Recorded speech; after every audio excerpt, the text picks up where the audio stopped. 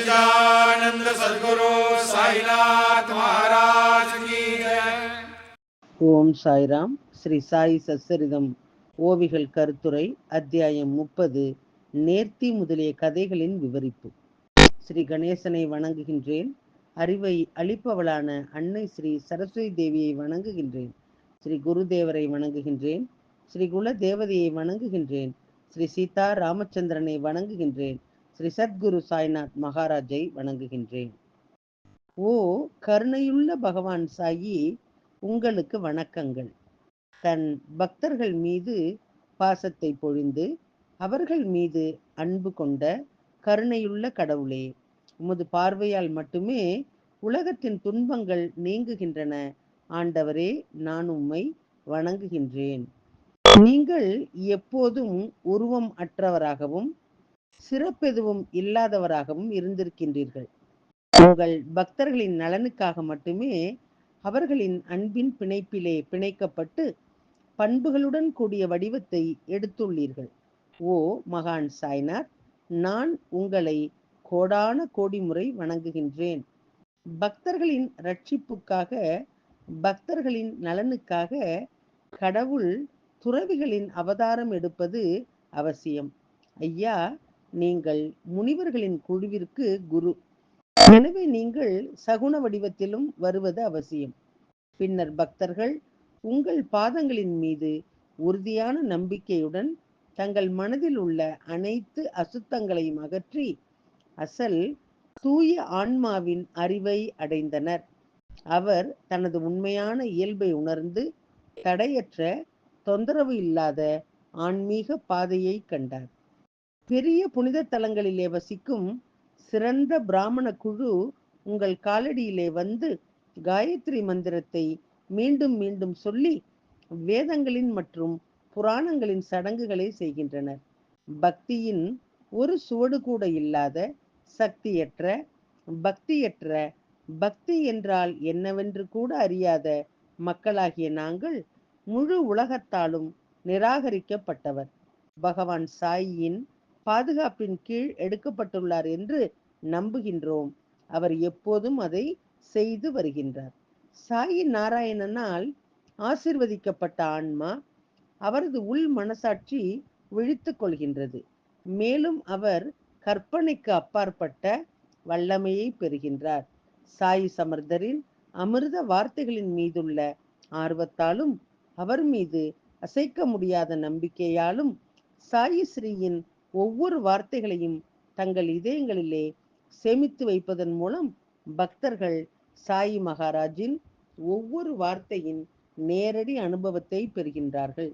தனது பக்தர்களின் அக புற மனதை அறிந்த சமர்த்த சாய்நாத் தனது பக்தர்களின் அனைத்து ஆசைகளையும் புரிந்து கொள்கின்றார். மேலும் அவர்களின் விருப்பங்கள் நிறைவேறியவுடன் பக்தர்கள் நிறைவேறுகிறார்கள். ஓ கருணையுள்ளவரே, மிகவும் கிருபாநிதி சாயிநாதரே, ஓ சாயி, தயவு செய்து ஓடி வந்து உலகத் துயரங்களால் கலங்குகின்ற இந்த கவலைப்படும் முட்டாளை, இந்த கொடிய குற்றவாளியை மன்னியுங்கள். நான் உங்களிடம் முழுமையாக அடைக்கலம் புகுந்து உங்கள் பாதங்களிலே வணங்குகின்றேன். உங்கள் அடைக்கலம் வந்திருக்கும் இந்த சிறிய மனது உடையவரின் அனைத்து கவலைகளையும் நீக்கி அவரை காப்பாற்றுங்கள். கடினமான பிரச்சனைகளை எதிர்த்து போராடும் போது பக்தர்கள் சோர்வடைந்து பகவான் சாயியை அழைக்கும் போது சாய்நாத் மகாராஜ் பக்தர்களின் கவலையான மனதிற்கு அமைதியையும் பொறுமையையும் வழங்குகின்றார். அமைதியை அருளும் ஸ்ரீ சாயி மட்டுமே பக்தரை கவனித்துக் கொள்கின்றார்.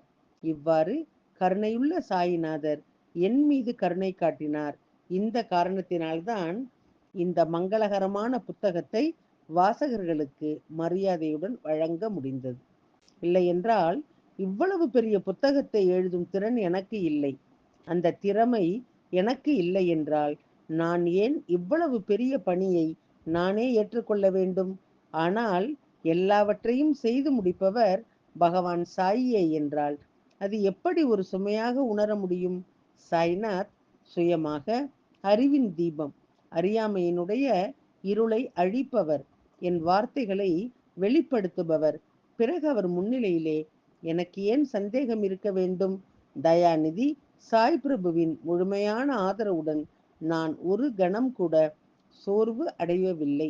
என் விருப்பத்தை நிறைவேற்றிய பகவான் சாயி மட்டுமே இந்த புத்தகம் ஸ்ரீ சாயியின் அருளின் பரிசு. நான் மிகவும் அதிர்ஷ்டசாலி.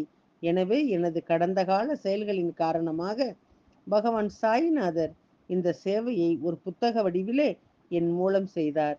இதுவே என் அதிர்ஷ்டத்திற்கு சான்று. கடந்த அத்தியாயத்திலே தயாநிதி சாய் பகவான் பக்தர்களுக்கு பல்வேறு வகையான அனுபவங்களை வழங்கி அறிவை எவ்வாறு வழங்கினார் என்பது பற்றிய அற்புதமான கதைகளை கேட்டிருப்பீர்கள்.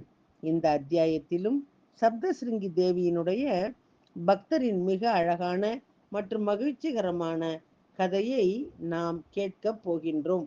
தேவர்களும் தெய்வங்களும் கூட தங்கள் பக்தர்களை முக்திக்காக மகான்களிடம் அனுப்பும் இந்த அற்புதமான கதையை கவனமாக கேளுங்கள். மகாராஜை பற்றி பல அற்புதமான கதைகள் உள்ளன. ஒவ்வொன்றும் மற்றொன்றை விட சிறந்தவை. கேட்போர் இப்போது அத்தகைய ஒரு இயற்கைக்கு அப்பாற்பட்ட கதையை கவனமாக கேளுங்கள். இது வெறும் கதை அல்ல, ஆனால் அமிர்தத்தினுடைய உண்மையான நுகர்வு. இந்த இனிமையான கதையின் மூலம் சாய் பிரபுவினுடைய மகத்துவமும் பிரம்மாண்டமும் உங்களுக்கு தெரிய வரும். பக்தி மார்க்கத்தை பின்பற்றுபவர்கள் மருத்துவர்கள் மற்றும் தர்க்கவியலாளர்களின் வார்த்தைகளில் ஒருபோதும் ஈடுபடக்கூடாது. பக்தி பாதையிலே விவாதங்களும் மாற்று வழிகளும் பயன் அளிக்காது. தூய அன்பு மட்டுமே பயனுள்ளதாக இருக்கும். பக்தி மார்க்கத்தை பின்பற்றுபவர்கள் மருத்துவர்கள் மற்றும் தர்க்க இயலாளர்களின் பேச்சுக்களில் ஒருபோதும் ஈடுபடக்கூடாது. பக்தி பாதையிலே விவாதங்களும் மாற்று வழிகளும் பலன் அளிக்காது. தூய அன்பு மட்டுமே பயன் உள்ளதாக இருக்கும். ஞானியாக இருப்பதன் மூலம் மட்டுமே ஒருவர் பக்தி பாதையை பின்பற்ற முடியாது. ஆனால் பக்தர் பக்தி உள்ளராகவும் உணர்ச்சி வசப்பட்டவராகவும் வலுவான பக்தி கொண்டவராகவும் கடவுள் மீது உறுதியான நம்பிக்கை கொண்டவராகவும் துறவியின் வீட்டின் ஊழியராகவும் இருக்கும்போது இந்த கதையின் மகிமையை அவர் மட்டுமே அறிவார். மற்றவர்களுக்கு இந்த கதைகள் செயற்கையான, பொய்யான, கற்பனையானவை என தோன்றும். ஏனென்றால் அவர்களுக்கு நம்பிக்கை இல்லை.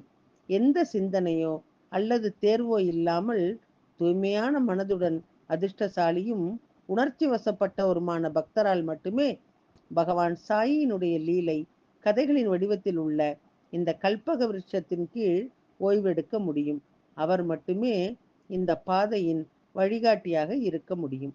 தர்மத்தின் பாதையிலே இந்த மிகவும் புனிதமான கதைகளை கேளுங்கள். முக்தியினுடைய பேரின்பத்தை அளிக்கும் இந்த கதைகளை கேட்பதே பக்தி பாதையின் முக்கிய வழிமுறையாகும். இந்த கதையை கேட்பதன் மூலம் கேட்பவர் திருப்தி அடைகின்றார். இது அவரது இறுதி நலனுக்கு வழிவகுக்கின்றது. இந்த சாயி கதையினுடைய அமிர்தத்தை உட்கொள்வது இந்த உலக பாதையிலே இருப்பவர்களின் துன்பங்கள் நீங்கி அவர்களுக்கு மகிழ்ச்சியையும் திருப்தியையும் வழங்குவதற்கான முக்கிய வழிமுறையாகும். மேலும் முக்தியை விரும்புவோருக்கு முக்தியை அடைவதற்கான வழிமுறையாகவும் அமைகின்றது. இங்கே ஒரு கதையை சொல்லும்போது மற்ற கதைகளும் நினைவுக்கு வருகின்றன. அதனால்தான் ஹேமத்பந்த் மிகுந்த பணிவுடன் கேட்பவர்களை அந்த கதைகளை கேட்க தூண்டவும் அவர்களின் கேட்கும் திறனை மேம்படுத்தவும் பிரார்த்தனை செய்கின்றார். இது போன்ற மெல்லிசை கதைகளை ஒன்றன் பின் ஒன்றாக கேட்ட பிறகு பாபாவின் மற்ற கதைகளை கேட்பதிலே ஆர்வம் அதிகரிக்கும், இன்பம் அதிகரிக்கும். உலக நெருப்பிலே கருகிய பாதிக்கப்பட்டவர்களுக்கு நிவாரணம் கிடைக்கும்.